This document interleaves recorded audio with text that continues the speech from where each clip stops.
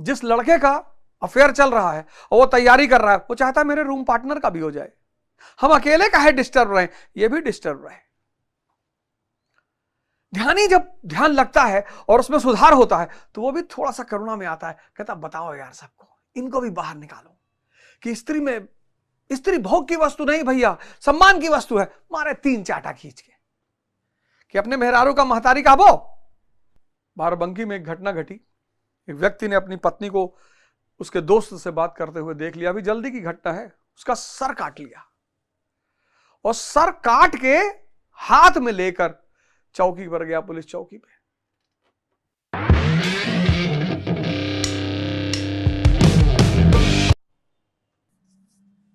आप सोचो, इस 1 अरब 50 करोड़ का देश सिर्फ भारत है। अब यह व्यवस्था बनाई किसने? इंसानों ने। इंसान की बनाई हुई व्यवस्था है और बहुत प्यारी व्यवस्था है, बड़ी जबरदस्त व्यवस्था है। इस व्यवस्था में जो पहली इकाई है वो है परिवार।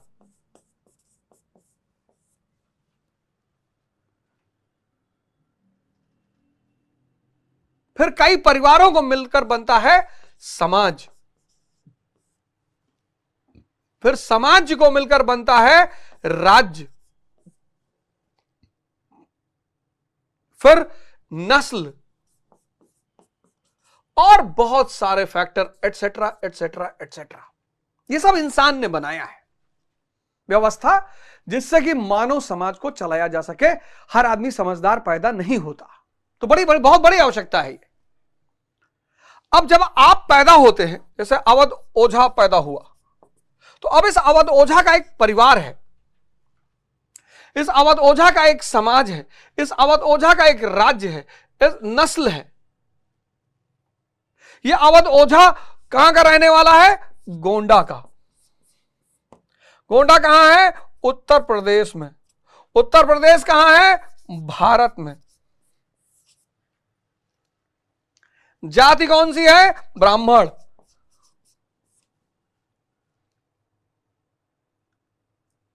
एटसेट्रा एटसेट्रा एटसेट्रा इत्यादि इत्यादि इत्यादि। अब इसको इन सारे मुद्दों पे भड़काया जा सकता है। गोंडा को गाली दे दे कि गोंडा के लोग चोर होते हैं, ये भड़क जाएगा, क्योंकि मैं गोंडा का हूं और ये कह रहा है सामने वाला गोंडा के लोग चोर हैं, तो ये मुझको भी चोर कह रहा है। चलो गोंडा को नहीं कहा, उत्तर प्रदेश कहा, उत्तर प्रदेश के लोग बहुत घटिया है। अवध ओझा भड़क गया, फिर अब उत्तर प्रदेश नहीं भारत कह दिया, फिर भारत नहीं तो ब्राह्मण कह दिया। इस तमाम बंधनों में इंसान को व्यवस्थित तौर पर बांधा गया है। उसके लिए स्कूल है, और इस बंधन को मजबूत करने के लिए स्कूल है, इस बंधन को मजबूत करने के लिए कॉलेज है, यूनिवर्सिटीज हैं। ये सारे इस बंधन को मजबूत करती हैं, जिससे कि व्यवस्था सुचारू रूप से चले।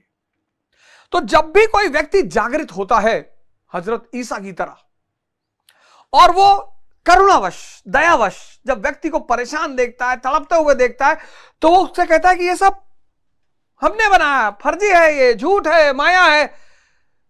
तब राज्य को बहुत गुस्सा आता है कि क्या कर रहे हो यार, बड़ी मुश्किल से तो इंसान को बांधा है, इनको गुलाम बनाया है, और तुम वो गुलामी खत्म करके सारी व्यवस्था तोड़ना चाहते हो। तो पैगंबरों पर, संतों पर, महात्माओं पर हमले कराए जाते हैं, मारा जाता है, कभी कभी विषम परिस्थितियों में उनकी हत्या भी की जाती है। यह उनका दोष है, यह उनका दोष है।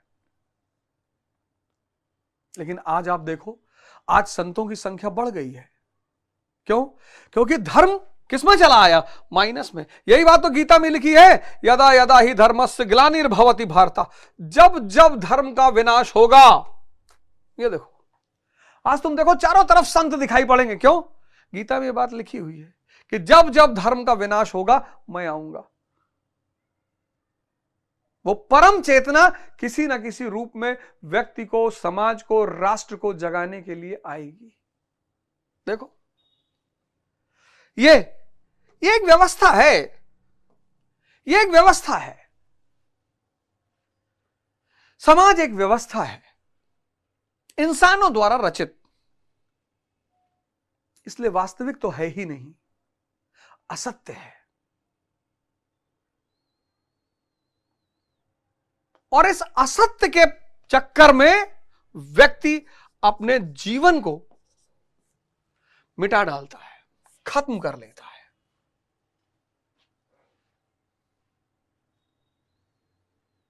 बाराबंकी में एक घटना घटी। एक व्यक्ति ने अपनी पत्नी को उसके दोस्त से बात करते हुए देख लिया। अभी जल्दी की घटना है, उसका सर काट लिया और सर काट के हाथ में लेकर चौकी पर गया, पुलिस चौकी पे।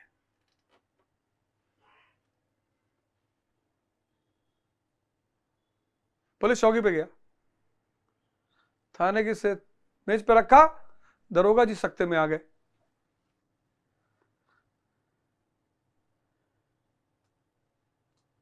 यहां कोई किसी का नहीं है ही नहीं। हर आदमी को लेकिन अपना धर्म निभाना है। आप अपना धर्म निभाइए, पिता का धर्म, पुत्र का धर्म, मां का धर्म, पत्नी का धर्म, भाई का धर्म, बहन का। किसी को सुधारिए मत। ठीक है, आपके भाई से आपका झगड़ा हो गया, आपका भाई आपको 50 गाली दे रहा है, आप धर्म समझते हैं ना, आप ध्यान साधना कर रहे हैं ना, आप मत बोलिए।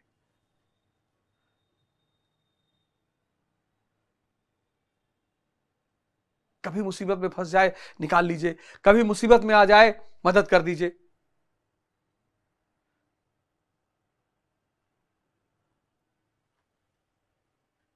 हाँ?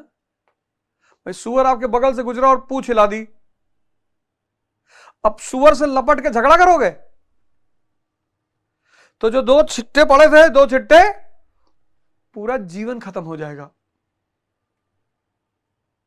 ध्यानी की सबसे बड़ी चुनौती यह होती है कि ध्यानी उस समाज में रहता है जहां बहुसंख्यक अध्यानी है। तो कहता शराब नहीं पीना चाहिए, वो तुरंत बहस करना शुरू कर देता, अरे शराब नहीं पीना चाहिए, पूरा यूरोपवा पिया था, मर गए, मिट गए। अंग्रेजों सब पिए थे, इतना अमेरिका वाले पिए थे, सब बर्बाद हो गए। अब ध्यानी को लगता है कि यार ये बात तो सही कह रहा है यार।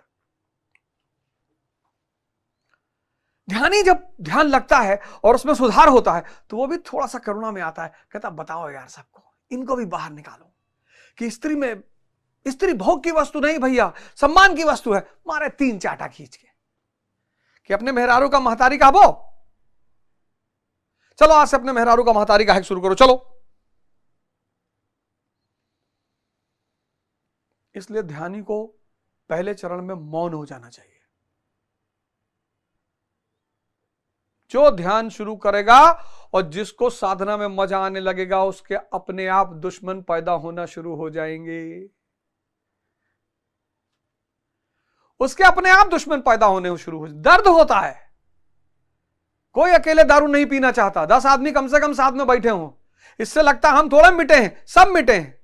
अकेले लोग दूध पीना चाहते हैं, अकेले लोग जूस पीना चाहते हैं, अकेले कोई शराब नहीं पीना चाहता, बेचैनी होती है मन में।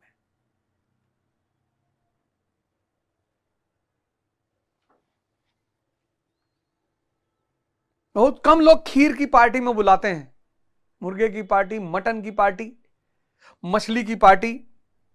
हम अब सोचते हैं कि पहले जो लोग बुलाते थे खाने वाने पे, आओ भैया आवाज, आज मुर्गा बन रहा है, आज मछली बन रही है, उन्होंने कभी खीर की पार्टी पे नहीं बुलाया कि यार खीर बनाए आ जाओ, क्योंकि खीर खाने में कोई गिल्ट ही नहीं है। जिस लड़के का अफेयर चल रहा है और वो तैयारी कर रहा है, वो चाहता है मेरे रूम पार्टनर का भी हो जाए। हम अकेले का है डिस्टर्ब रहे, ये भी डिस्टर्ब रहे। जिस स्त्री का अफेयर हो जाता है वो चाहता है मेरी दोस्त का भी हो जाए।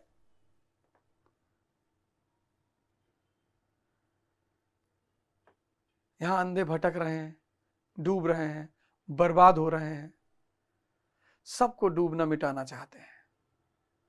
उसमें कोई एक आंख वाला बंदा समाज में है हमारे गुरु भगवान की तरह, वो आपसे कहता बाहर निकलो। आप हल्का से ऊपर चढ़ते बाहर निकलने के लिए, पीछे वाले कहते अरे फ्रॉड है, ये गीता गलत है। अरे भैया गलत है तो तुम सही हो ना, तुम तो जा रहे हो जन्नत। ये जो गलत वाली गीता पढ़ रही है तो सब बेचारे नर्क चले जाएंगे, तुमको तो खुशी होना चाहिए। इतना तुम मेरी चिंता करते हो तो 50,000 रुपया हर महीना दे दिया करो। जो भी आपका शुभ चिंतक हो, आर्थिक मदद करे, सामाजिक मदद करे, आपके उत्थान में मदद करे, उत्थान में तो खींच रहे हो और कह रहे हो गीता गलत है। 10,000 गीता पे टीकाएं हैं, आपको जो अच्छी लगती है वो आप फॉलो करिए। कोई आपसे कह रहा है जबरदस्ती कि आप इसको फॉलो करिए,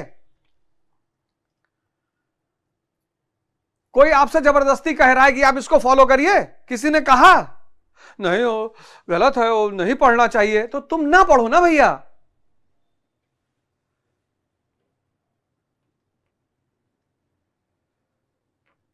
जब कोई सत्य के मार्ग पर चलना शुरू करता है, उसके दुश्मन अनायास पढ़ने शुरू हो जाते हैं। उसे घबराना नहीं चाहिए।